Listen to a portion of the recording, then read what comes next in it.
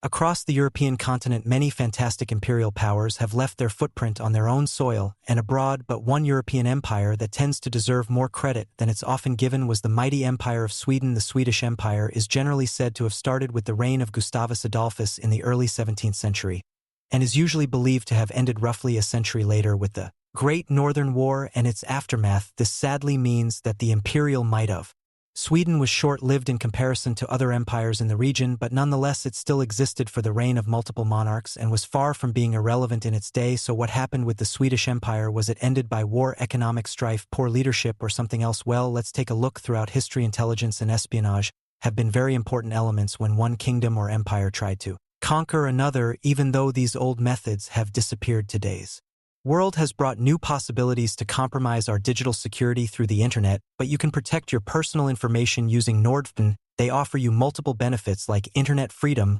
offering 5,100 secure servers in 60 countries, protection against malware, online privacy, the ability to use up to 6 devices for one subscription, and other layers of protection. So if you want private, fast, and secure internet access, Nordfn is for you. You can support our channel by visiting Nordfn.com to get a great discount of the 2-year plan and 1 additional month for free with no risk to you, considering that Nordfn offers a 30-day money-back guarantee. Before the reign of Gustavus Adolphus came that of King Gustav Vasa, who would solidify his place in Swedish history through his sweeping efforts to reform the Swedish state over his 37-year rule, and would lead Sweden into its role as a prominent state in the newly incited Protestant Reformation. By the time Gustavus Adolphus claims the throne, the strong Protestant conviction in Sweden dragged the kingdom into the 30 Years' War with the Catholics of the Holy Roman Empire. It was this war that resulted in the gaining of new territory for Sweden throughout the dominion of the Holy Roman Empire, and coincided with Swedish colonial efforts in both West Africa and North America, which meant a sudden increase in Sweden's global influence. Over only a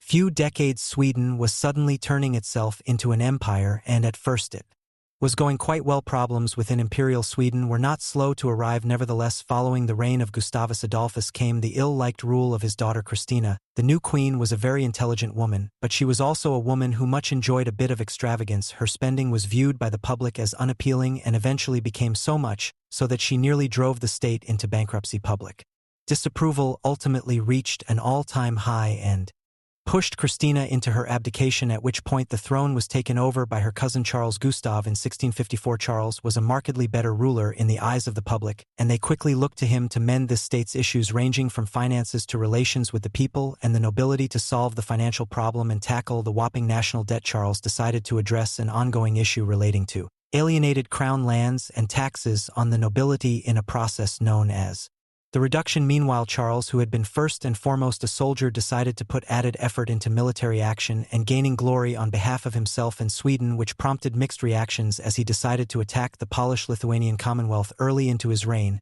The subsequent Polish-Sweden wars were not necessarily a failure, but they weren't quite what the nation needed. Charles' personal reputation and success grew as a result, but the warfare didn't solve Sweden's financial and political issues back home, which would continue into the reign of his successor Charles X. Charles X died, while his son Charles XI was still too young to take the throne, leading to a regency. The regency oversaw a period of peace between Sweden and its neighbors such as Poland, Russia, Denmark, Norway, and Brandenburg, Prussia. During this time, Sweden lost much of its prior zeal in the defense of Protestantism, which allowed Catholic France to influence the regency into attacking Brandenburg in 1675.